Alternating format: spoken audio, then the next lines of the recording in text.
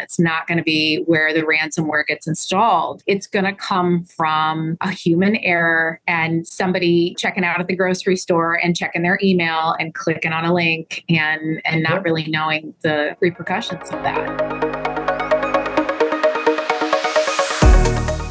Welcome to the Industrial Cybersecurity Insider. In each episode, we dive into the world of industrial cybersecurity. Join us as we cover the latest trends, innovations, and practical insights as we talk with leaders and practitioners across the industry. Gear up and let's get into this week's episode.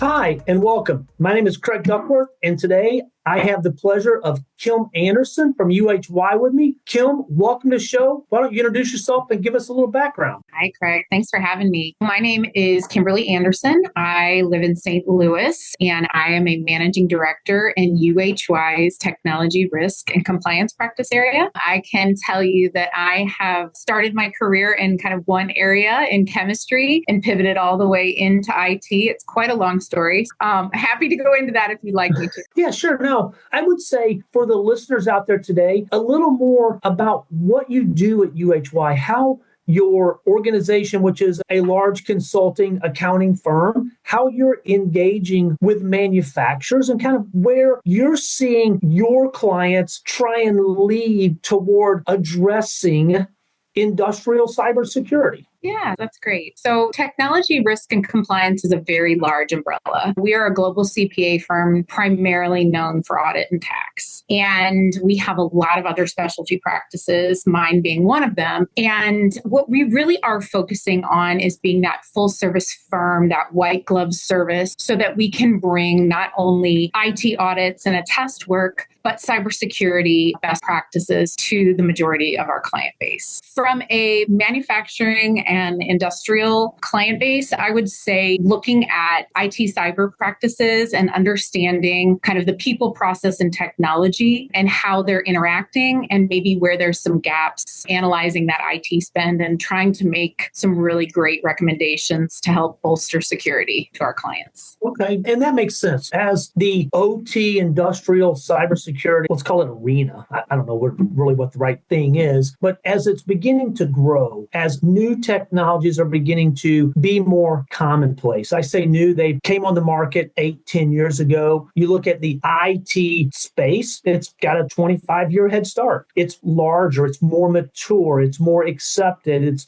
practices in place. There are frameworks in place. The organizations that are the Cisco, the Palo Alto, the Fortinet, the technology vendors that are in that space have been around for a very long time. You look at some of the tools and technologies that are there that are purpose-built, that are designed for the operational side, the manufacturing, industrial control side, and it's relatively new. Getting organizations to, let's call it, step outside of their comfort zone, take a look at holistically. How were they, when engaging with you and your team, saying, hey, we need to look at our organization from a holistic standpoint. We need to ensure that we are incorporating our 5, 6, 20 manufacturing sites as we look at asset visibility, as we look at risk and compliance and validation. And how are we doing that? Are you seeing that they're shifting toward that more by chance?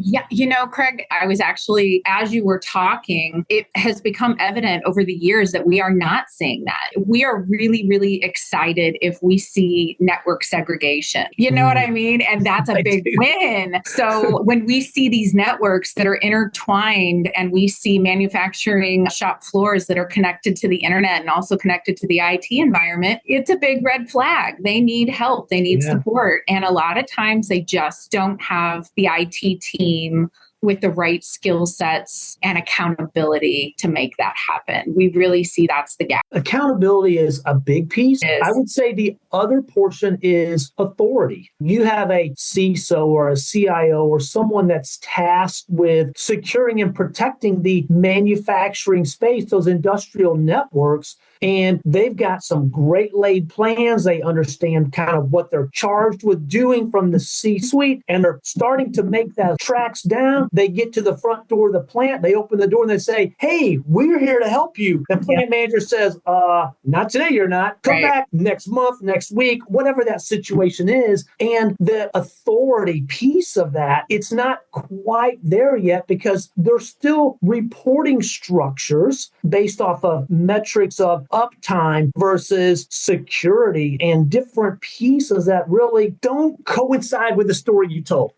Right. And there's some territorialness there, right? Because I've been running this shop floor for 20 years. Who are you to come in and tell me how to do it? Right. So making sure that there's that conversation being happening, that tone at the top, and the fact that it needs to trickle down throughout the organization. We'll come in this week. I'm traveling and working with a client in the Northwest. We went in and we're doing an IT OT separation where their organization has an IT divorce.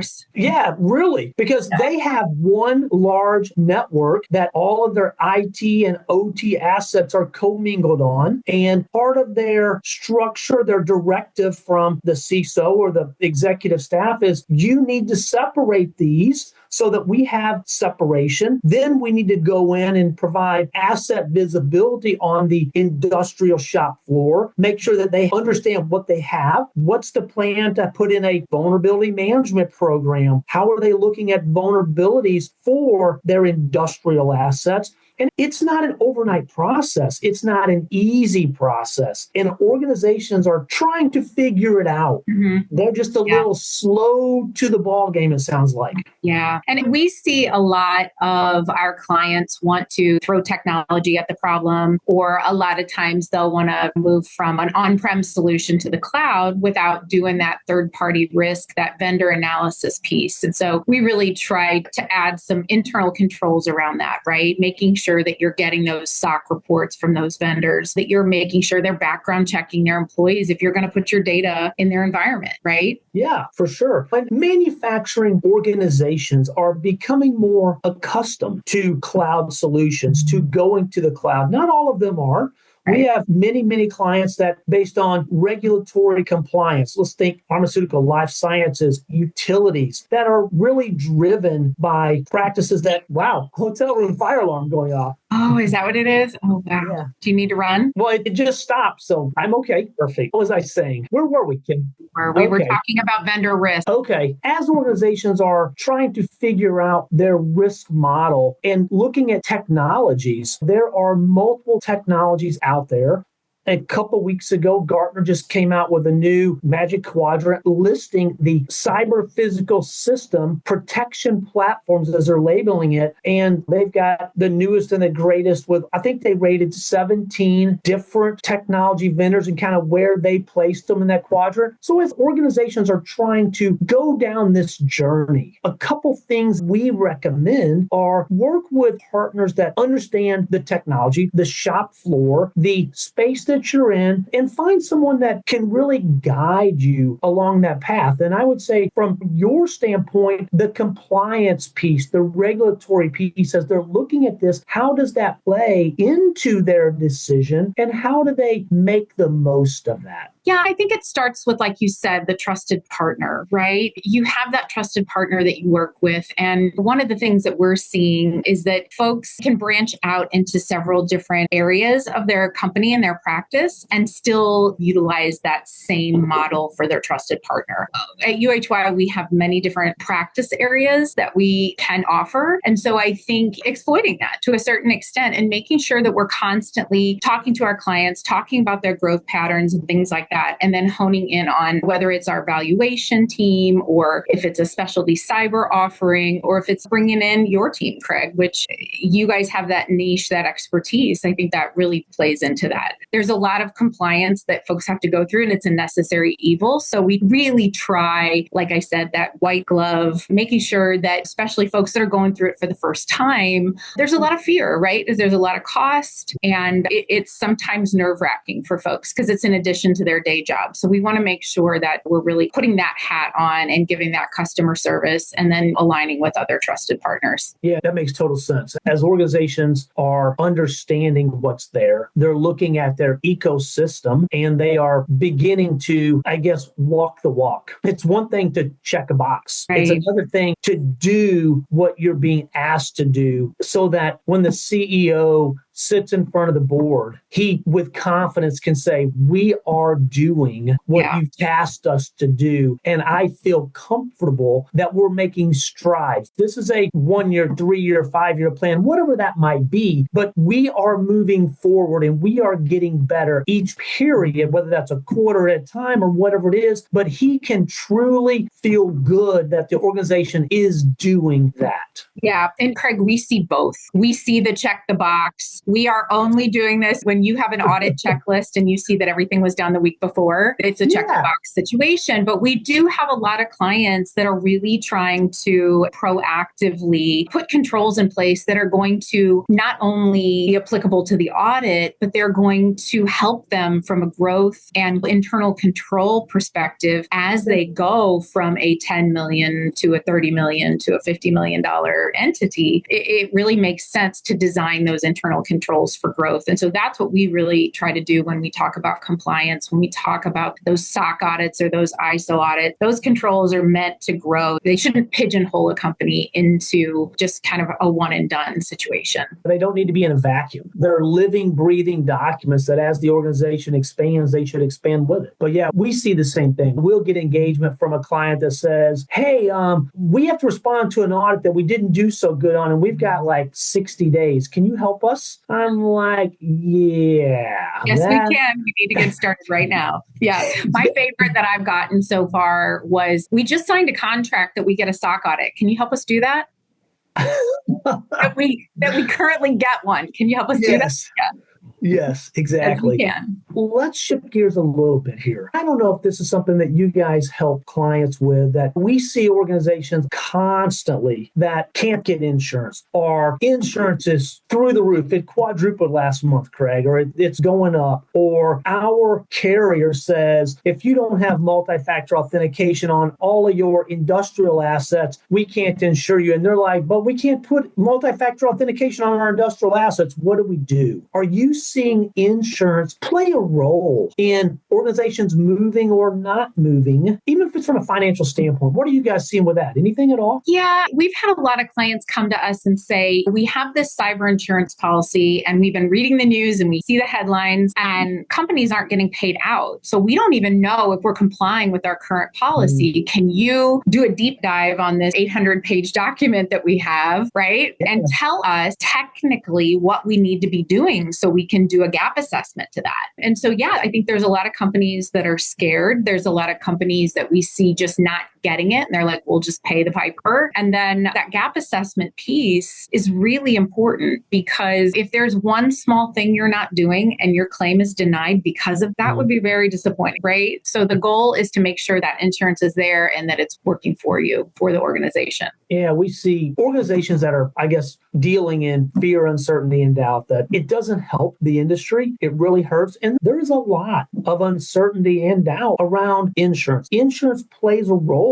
It plays a critical piece in your risk strategy. Organizations need to have a piece of risk, that policy that protects them from the unknown, fire, a flood, a cyber outage. But what does that look like? Does it include business interruption? What's that gap? What's that policy look like? Is there a clause that says you have a $10 million policy, but we're only going to pay $100,000? All those things, that gap analysis that you guys do, that's important, because the insurers are becoming smarter. They are learning, because this is new to them as well. Cyber policies are new. How do they make sure that the actuaries on the backside are running the numbers correctly and there's not some cyber event that causes a catastrophic failure within their organization? If they've got 10 plants and it closes all 10 plants for a period of 3, 4, 5 days, a couple weeks, that could be immediate disaster. Yeah, I think there's a lot of points of failure within a cyber policy, right? And that's my best way to say it, because it's a high risk policy and it takes almost a dedicated person to manage putting that in place and making sure, depending on the side of the organization, of course, making sure that it's actually working for the company as opposed to check the box on that survey. Yes, we have insurance. Are you seeing certain industries, pharma, food and bev, oil and gas, being more proactive than reactive? I have not seen necessarily a trend in an industry per se. I think I would more so say the trend is maybe organizational size and maturity. We've seen more proactivity, right? I deal a lot in software as a service organizations, a lot of healthcare, some oil and gas, and we are really seeing the mandate is coming from the customer side. So our customer's customer. Right. And so in order to win a contract, they have to have a certain level of compliance or reach a certain level of cyber maturity and be able to illustrate that with 800, 151.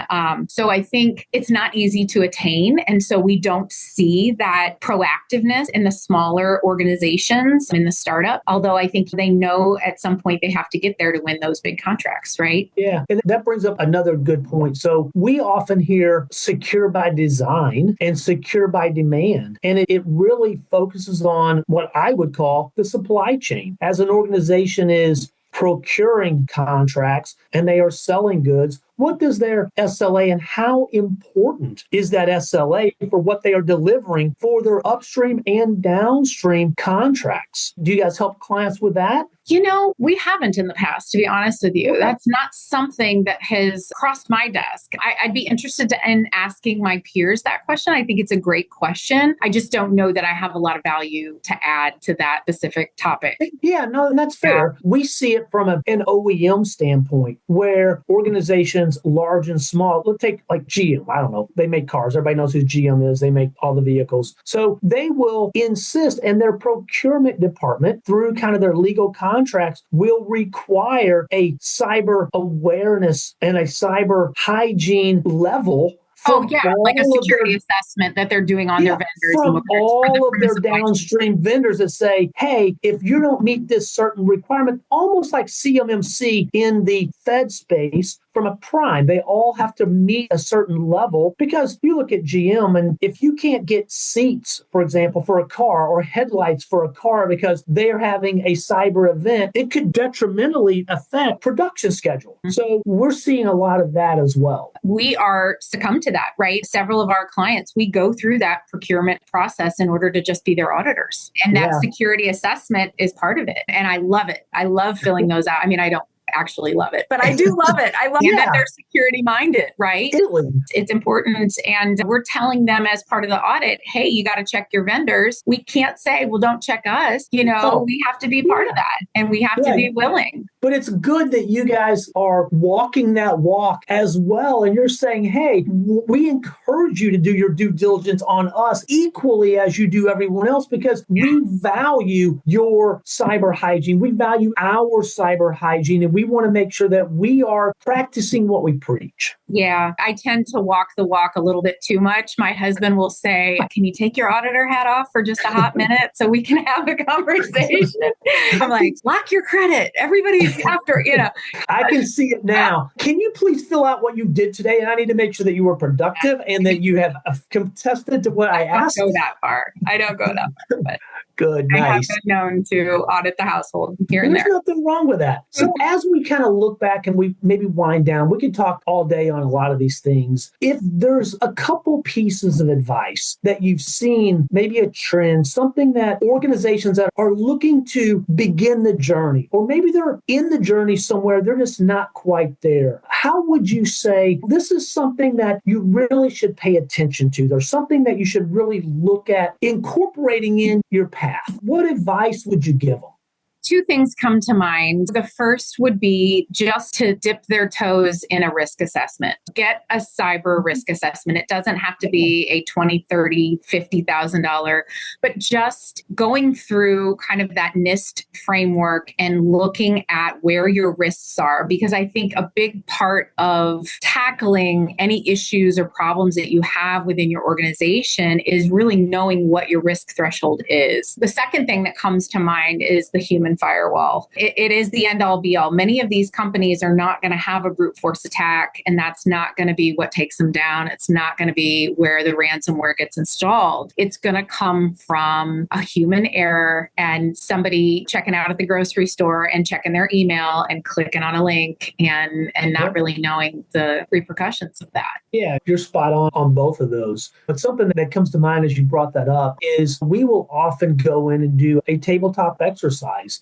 to help an organization with alignment. And it's crazy, Kim, when you think of organizations that don't have a clear defined role set and they aren't sure who owns the risk within an organization. And until you sit down and do that and recognize, help them understand that there is a gap, that they have a gap within their organizational structure, but just not in a bad way. It's just they don't know. They don't understand. Yeah. I think a lot of times too, the folks that have the purse strings, the folks that make those decisions, they don't know the questions to ask, or they can hear somebody that works for them say, yeah, we've got that covered. And their comfort level is high in that person, but they might not necessarily understand what the solution is and know that maybe there is some risk there. So they're accepting the risk without really knowing they're accepting the risk. And one of the things that we do, and again, this is just because we work on the industrial floor, we work in that shop floor environment, is when we're doing that and we'll have a CISO or a CIO says, yeah, from an enterprise, we're good. We have firewalls, we've got SOCs, we've got everything taken care of, and we're good.